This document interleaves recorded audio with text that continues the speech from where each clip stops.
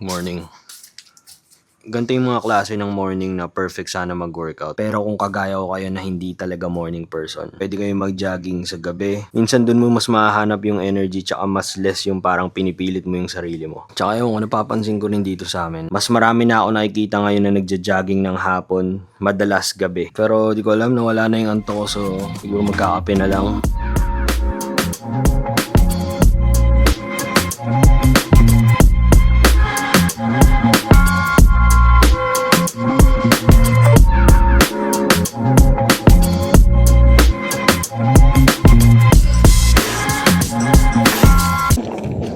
Mic check. So, meron akong na-discover na bagong daan dito. Actually, hindi naman siya bagong daan. Ginagawa pa lang talaga. Dito sa may paglabas ng subdivision namin. Kalsada to na ginagawa. Mula paglabas ng subdivision namin, i-connect doon sa may bandang likod ng Imus. Okay mag-rollerblades or mag-skates dito kasi wala pang sasakyan, hindi pa pwede. Kahit motor, hindi pa nga pwede. Ang dami lang talagang tain ng mga kambing. Nakaka-trip kapag dinadaanan nitong board. Pero okay naman siya, may iwasan naman eh. Babalik-balikan ko tong road na to habang hindi pa siya fully dinadaanan ng mga sasakyan. Siguro bukas ilalakad ko yung mga aso ko dito. Sobrang lawak ng lugar.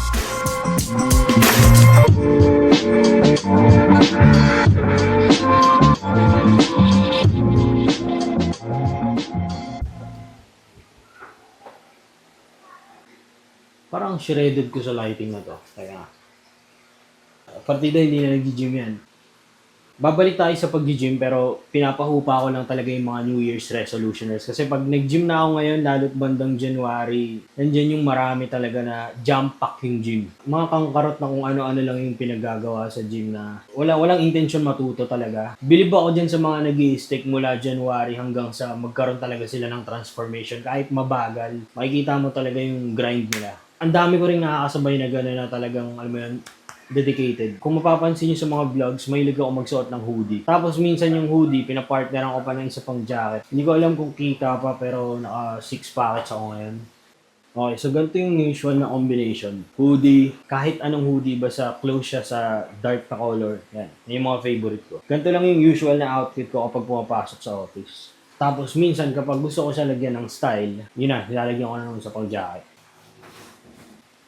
Bomber jacket yata tawag dito, tapos yan, medyo masikip na rin siya sa akin. Makapal din kasi yung hoodie, but gantong klaseng combination yung ginagamit ko madalas. Minsan ganito yung pormahan kapag umuulan tapos sobrang lamig sa office. Pwede rin naman natanggalin yung hoodie tapos itong bomber jacket na lang yung gamitin. Siguro itong taon magdadagdag tayo ng konti sa get up kasi para alam mo yan, dagdagan naman yung style. Madalas yan kung ano yung komportable ka suotin. Tapos, alam mo naman na pasok naman sa tamang fashion. Yan yung madalas na bagay sa'yo. Pero sa akin talaga, kapag nakita niyo yung damitan ko, napaka-konti lang talaga ng choice. Mostly, puro black lang talaga. Hindi ko alam kung mag-i-skate pa ako sa labas para mag-workout.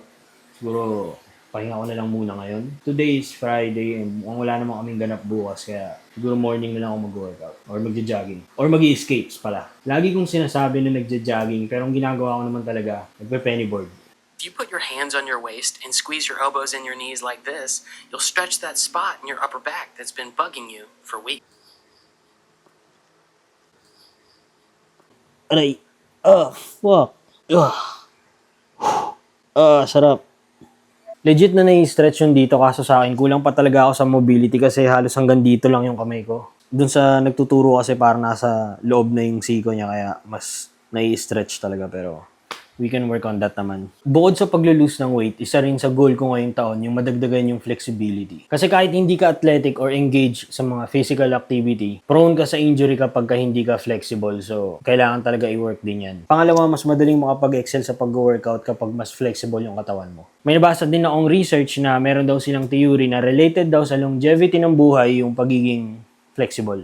So, hindi naman siguro kailangan matuto kang mag-split. Basta yung mga basic na ano lang, flexibility lang.